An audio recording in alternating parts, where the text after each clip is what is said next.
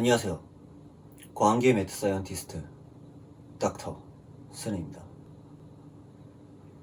오늘 철학 마지막 강의 시간이죠. 오늘 다룰 주제는 현대 철학입니다. 앞서 말씀드리지만 저는 철학과 출신이 아니에요. 철학과 교수님도 아니고요. 그런데 왜 이 앞에서 철학 강의를 하고 있느냐? 저는 철학에 대해 아는 건 별로 없습니다. 철학 강의를 들으실 거면 저보다 훨씬 더 똑똑한 서울대 교수한테 가서 들으셔야죠. 그런데 왜 여러분들은 서울대 교수한테 듣지 않고 저한테 듣고 계십니까? 그 이유는 철학에 대해 아는 것과 철학을 하는 것은 서로 다르기 때문이야. 우리가 철학과를 졸업하여 철학적 지식을 쌓게 되면 그게 철학을 할 줄 아는 겁니까?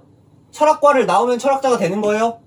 철학과 출신이어야만 철학을 할 수 있냐? 이 말입니다. 철학과 학생들이, 철학과 교수님들이 저보다 철학적 지식은 훨씬 더 뛰어나시겠죠. 저보다 아는 건 훨씬 더 많을 겁니다. 그러나 그렇다고 해서 과연 그들이 나보다 더 철학을 잘한다고 할 수 있을까? 그 사람들이 저보다 더 철학을 잘해요?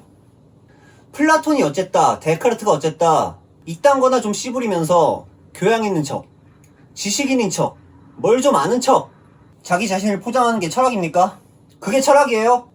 나는 여러분들께 철학적 지식을 알려드리는 게 아니라 철학을 하는 방법에 대하여 알려드리고 싶은 겁니다.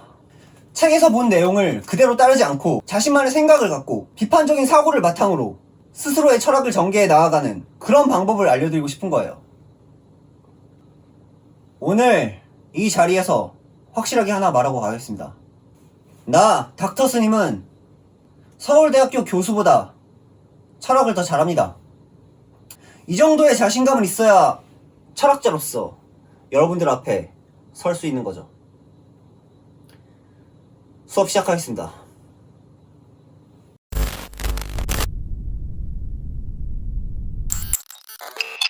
자, 오늘은 현대 철학에 대해 알아보는 걸로 하겠습니다.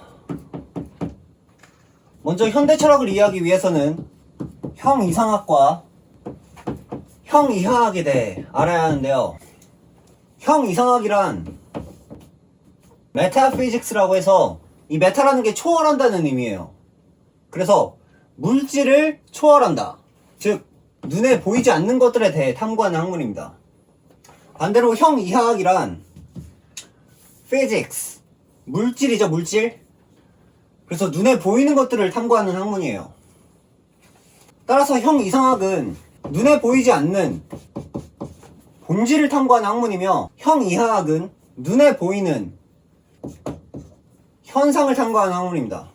그러나 형이상학에는 증거가 없습니다. 눈에 보이지 않기 때문에 증거가 없어요. 하지만 형이하학에는 증거가 존재합니다. 눈에 보이는 것을 탐구하니까 증거가 있을 수 있겠죠. 여기서 형이하학을 대표하는 게 옛날 철학입니다. 그래서 옛날 철학들 보시면 다들 뭐 눈에 보이지 않는 이 본질 같은 거에 대해서 주저리 탐구하고 있는 것이죠. 때문에 옛날 철학은 굉장히 추상적이며 사변적입니다. 반대로 형이하학을 대표하는 건 과학입니다. 때문에 과학은 눈에 보이는 것들을 탐구하기 때문에 증거가 존재하며 그 뚜렷한 증거를 바탕으로 명확하며 확실성을 추구하는 학문이 되었죠. 이 사람들이 철학이라고 하면 좀 거부감이 드는 이유가 바로 이 때문입니다. 철학은 너무나도 추상적이고 사변적이기 때문에 이게 도대체 무슨 말을 하고 있는지 알아들을 수가 없다는 거예요. 뭐 있어 보이는 척 어려운 말들, 이상한 말들 쓰면서 있어 보이는 척 하는 건 알겠는데 이게 뭔가 와닿지는 않는다는 거죠. 왜냐? 눈으로 보이는 증거가 없기 때문에, 눈으로는 보이지 않는 이상한 것들에 대해서만 탐구하기 때문에 사람들이 이 철학을 믿지 못하는 거예요. 그러나 과학은 어떻죠? 과학은 눈에 보이는 아주 명확한 증거들을 바탕으로 확실성을 추구하는 학문이죠. 그래서 현대 사람들이 과학을 좋아할 수밖에 없는 거예요. 적어도 증거가 존재하기 때문에 뭔가 믿을 수가 있는 거죠.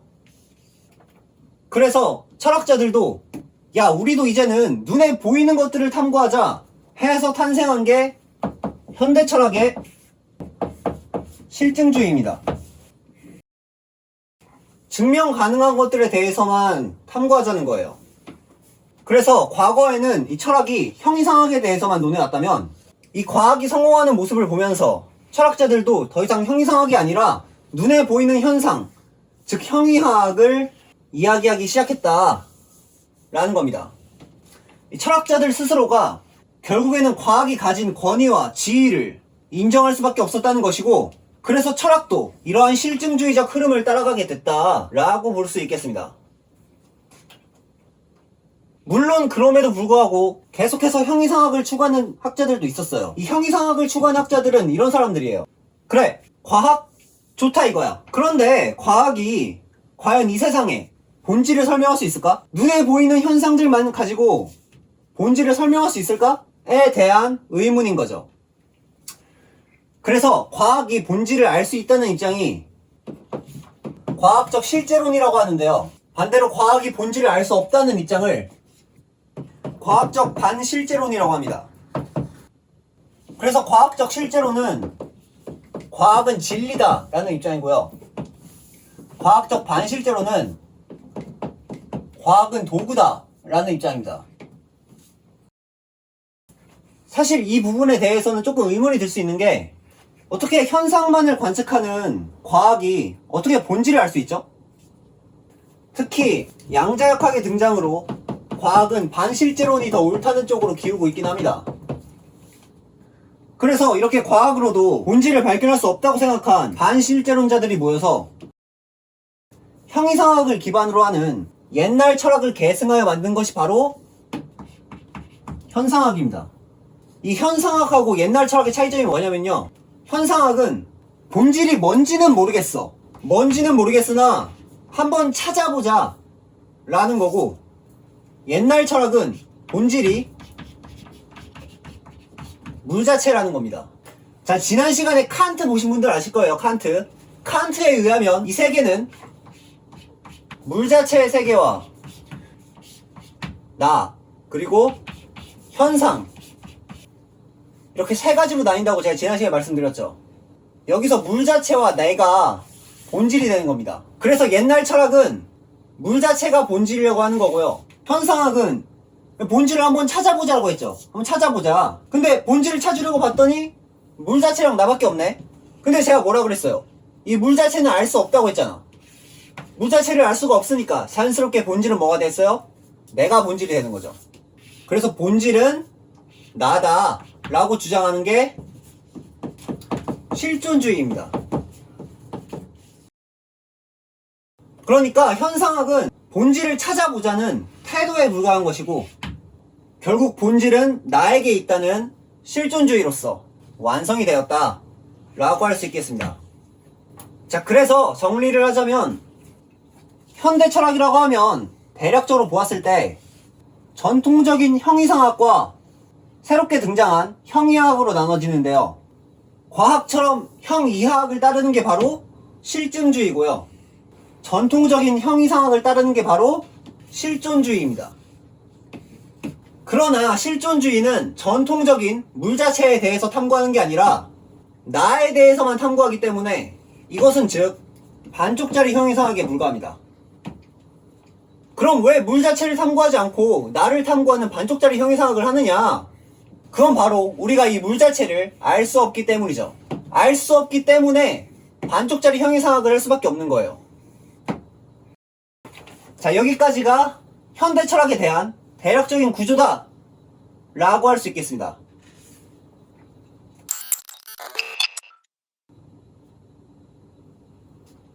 그런데 말이죠, 우리는 여기서 한 가지 의문점이 듭니다. 우리는 도대체 왜 물 자체에 대해서는 알지 못하는 걸까요? 우리가 이 물 자체에 대해서 알 수 있는 방법이 있지는 않을까요? 그렇습니다. 지금부터 슬슬 본론으로 넘어가 보도록 하죠.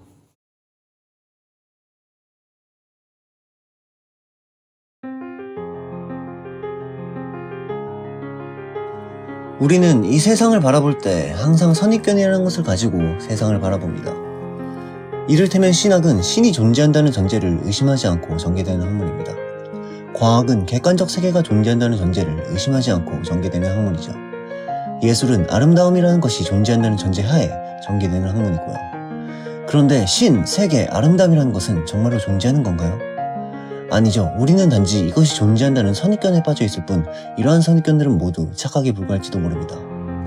이처럼 우리는 어떠한 현상에 대하여 항상 선입견을 품고 바라보고 있습니다.